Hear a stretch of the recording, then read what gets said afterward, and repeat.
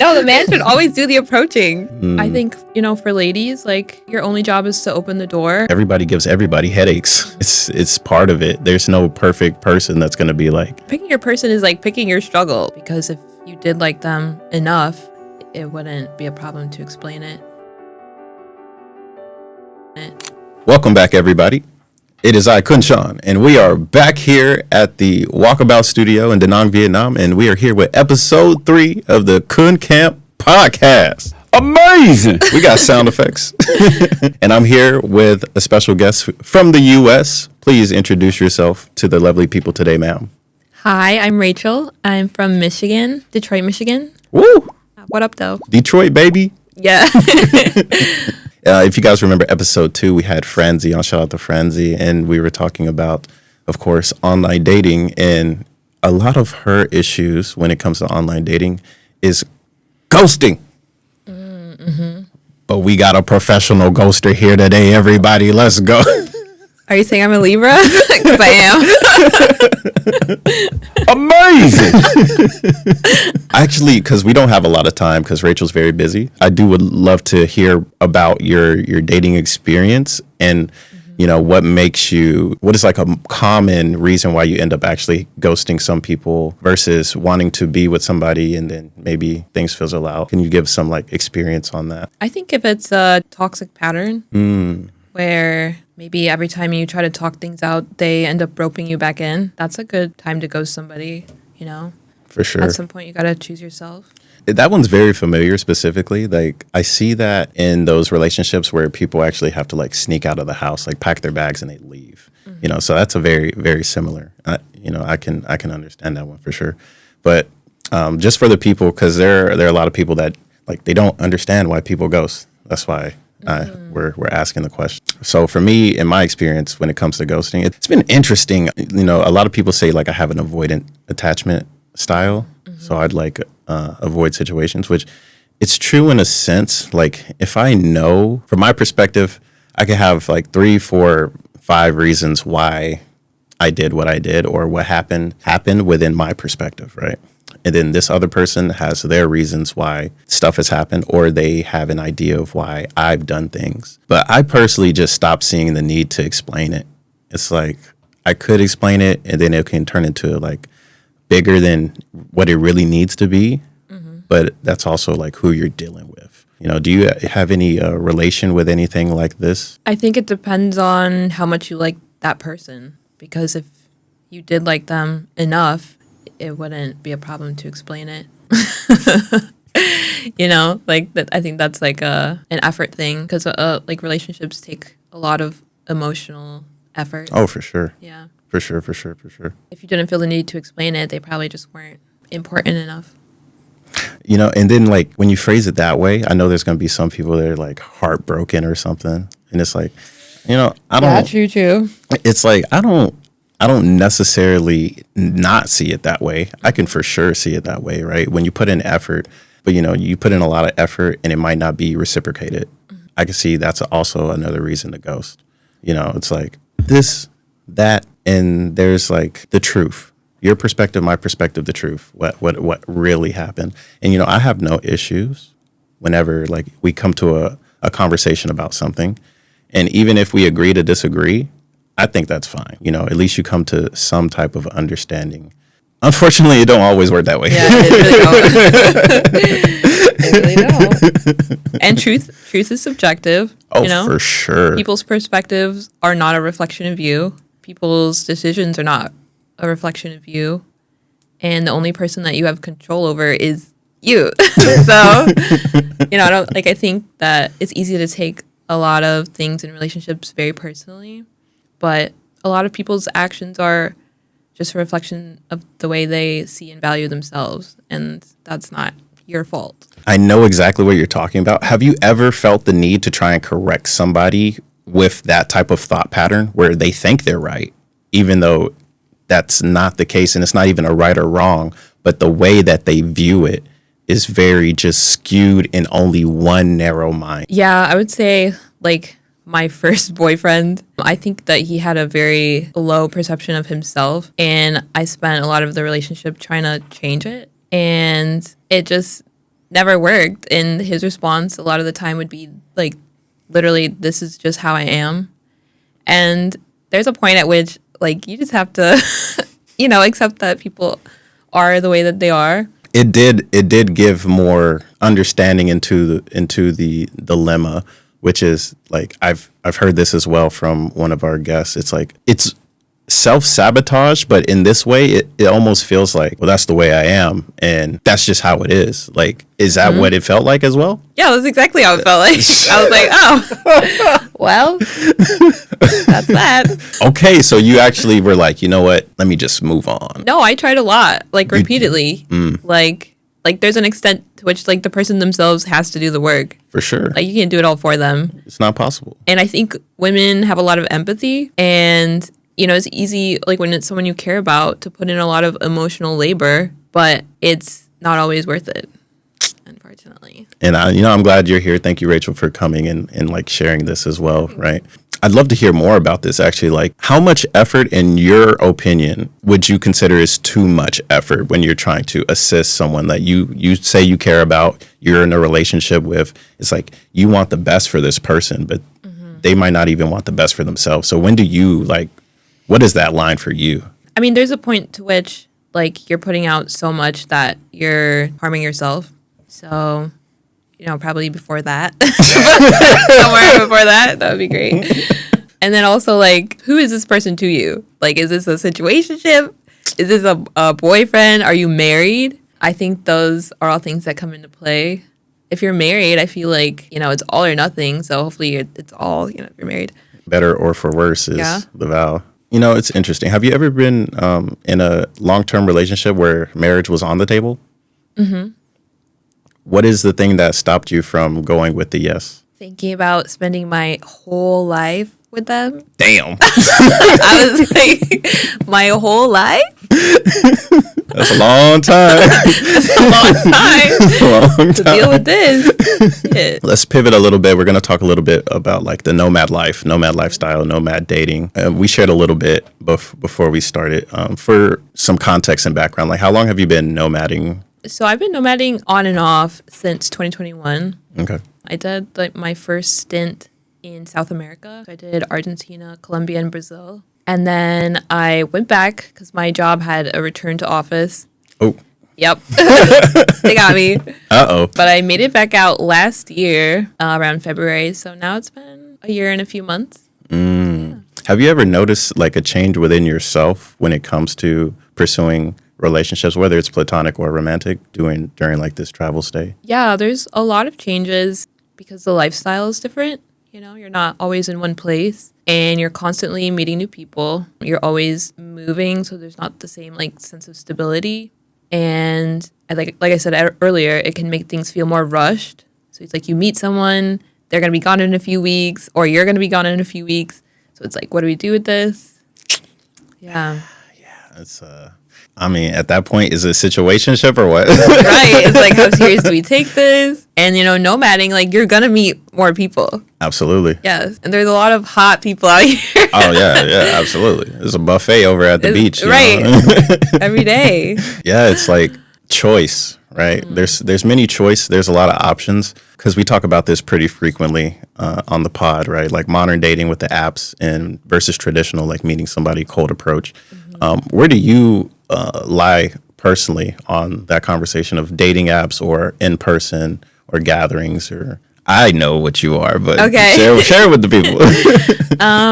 Hi, my name is Rachel, and I am very anti-online dating. Yeah, you're the first, and I told her like you're the first person I've heard that's anti-dating apps. Mm-hmm. Can you tell us why? Because like not using it is one thing, and being anti is another. Please share the philosophy behind. Well, one, I think that it brings people into your orbit that should never have been there. I believe in like string theory. Okay. So explain for the people. It's kind of like how people are connected in a spiritual way. And some of the people that you come across in this life are meant to be in your life. And I think dating apps can interfere with that and bring people into your life that you never should have met them. And it's also, when you meet people organically, you're guaranteed to have more in common. Like if you're in the same social circle, your social circle has activities or things that they bond over. So there's probably some similarities. You meet them at the gym. Okay, you both work out. You meet them at the beach. Okay, you're both beach bums. There's more overlap, or as opposed to meeting someone online. You have no idea who this person is, which, I mean, good or bad, you know? Some people are, perhaps I'm not as open-minded as I should be, but Who's to say? who's to say? Yeah. So, but like we can continue off of the idea, like people that you, so like this idea of string theory, because I've only heard it from like Big Bang Theory, right? Oh, okay. So, bazinga. I get the idea, right? Like the people you meet organically. You know, I believe everything happens for a reason. But you would say the idea, like technology, the human creation that we have has changed like potential futures for people. Yeah, it could. I mean, For sure. I do think like you could be in a desperate state, meet the wrong person, romanticize them because you're bored, and then because you're so focused on them, you miss people that are right in front of you because you're focused on the wrong thing. This guy that you met online that You don't know. has abs, like I don't know. I mean, you got abs. Oh, I remember my second reason. It's the illusion of choice. Yeah, absolutely. It's like, okay, you're swiping through all these people and you're assuming that like you actually have all these options and you really don't. Damn. Sound effect. Damn. What the?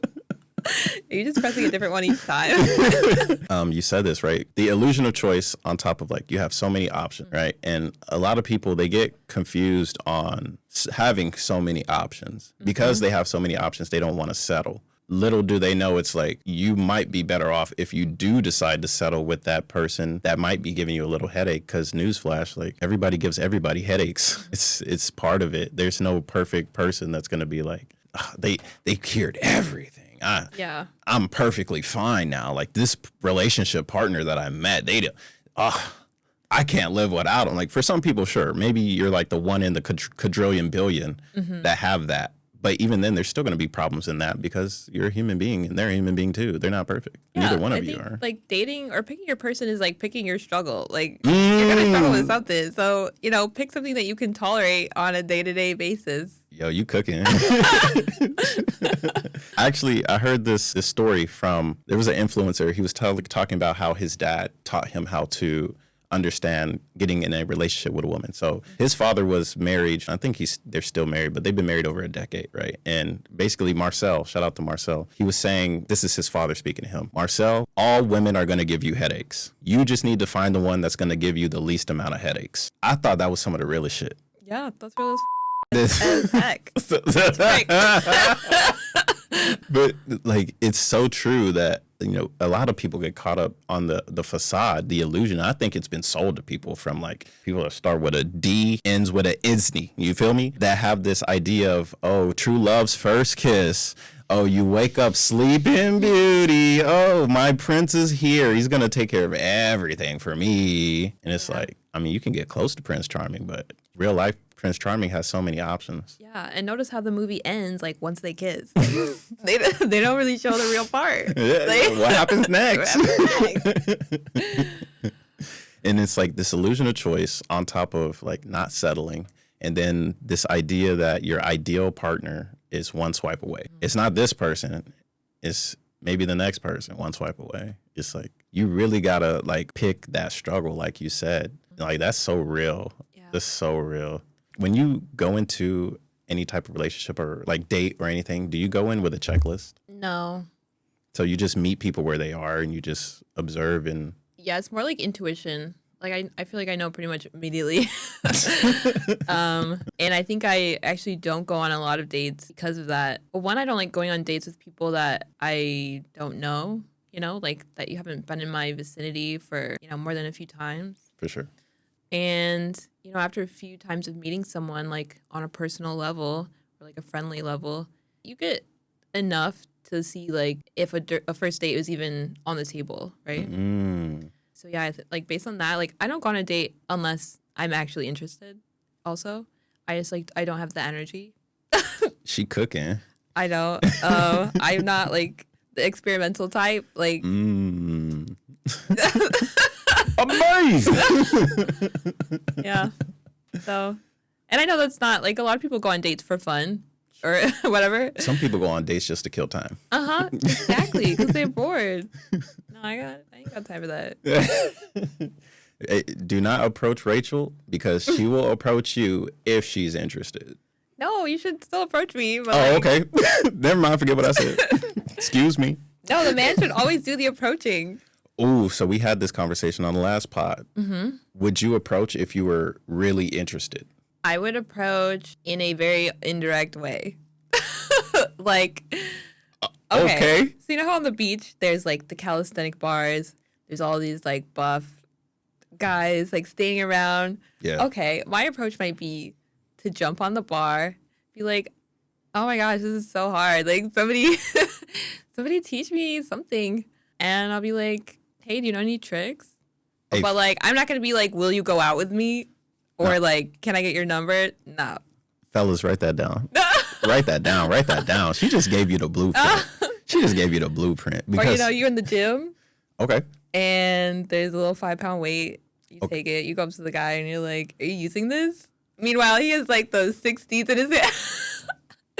He might be offended. Okay.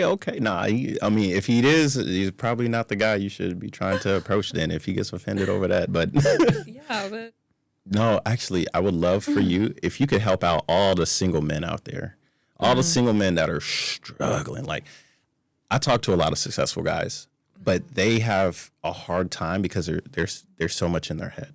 There's so much in their head that they, even when a woman is like, "You should talk to me. You should talk to me," they not getting it because they psych themselves out before they even have an idea to approach. Like, what could you say to them to really encourage? Like, is it the look into the eyes? Like, if a woman smile or like laugh at you, like, what is that actual? Just go for it, bro. What is that green light? how are they psyching themselves out? So, I have a friend. Shout out to my boy Charlie. Don't name him. No, No shame, no condemnation. Shout out to my boy Charlie. But he gets women that are ignoring all these other guys to like just spend time with him. But he psychs himself out on if he should be with them because he thinks a lot. He just thinks a lot. He's an overthinker. Like, this is a guy who has an AI company. So he's an avoidant.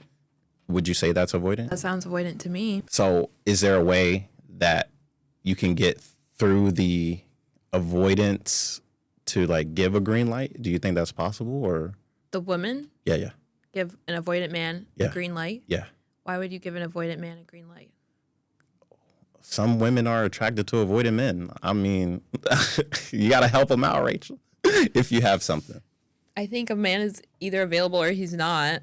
And if he's avoidant, like, I don't really see why you would want to date that. Damn. There's somewhere around here. We'll do that one because I like that one. see, like I knew we were gonna have a good time having Rachel on here, man. Like, I swear, like you be cooking, and you be cooking so hard you burn people. Sorry, Charlie. So, based off you and like the way that you move, it seems like you're just very intentional in general. For the ladies out there that are like nervous to do an approach, like do this more tactical approach that you got going on, like jumping on the bars, talking about, "Oh, help me! It's so heavy." Well, I can't remember where probably TikTok, but but it's like dropping the handkerchief. So like ladies in the 1800s, it's like you like a guy, you drop your handkerchief, you're like, "Oh, who's gonna pick this up?" He's right there. He's gonna pick it up. We talk about old school. It may be. I don't know, but I do think, men are afraid of being creepy, and that's good. And a guy that respects women is probably afraid of, walking up to you and seeming creepy. So there is an extent that you have to give a green light, and it can be a simple, scenario like I just said. So, I mean, at that point, then, ladies, it's up to y'all to really help us out, because A little bit, yeah. Would you do that? What? Would you help the fellas out there? Like, in what way? Would you help them by telling other women especially here, it's okay to approach if you are interested. Men and women, Oh yeah. everybody. Yeah. Like, I'm pro approach in general. If you see somebody that you find interesting, you should approach on whatever timing it is that you're on. Some people it's on, let me just get her IG, let me get her number, versus, oh my gosh, I think that's a woman of my dreams. Yeah. Go for the approach. Yeah, go for it. I think, for ladies, like, your only job is to open the door. For men, like, you've got to make the sale. Like, I don't know how to put it. Like, you got to get the number. I do think some guys struggle with that part, but For sure. that is your job. So just FYI. Absolutely, fellas. So, Good sign, ladies, on a date, if he's talking about mindset, if he's been to therapy, men need to pay, especially on the first date. we'll get some more help from Rachel coming soon. But until then, go ahead and enjoy this little advertisement. We will help you scale faster and faster. The big issue that I've seen is that you don't have enough time to post because you're too busy showing all of your amazing skills on many different platforms: TikTok, Instagram, Substack. We will hold your hand in the process of becoming the superstar that you deserve to become. So join an agency that's going to post on your behalf. Increase your visibility with SEO optimization and blast your content across the entire internet through the power of AI automation. Link down below. Join the Khun Camp today.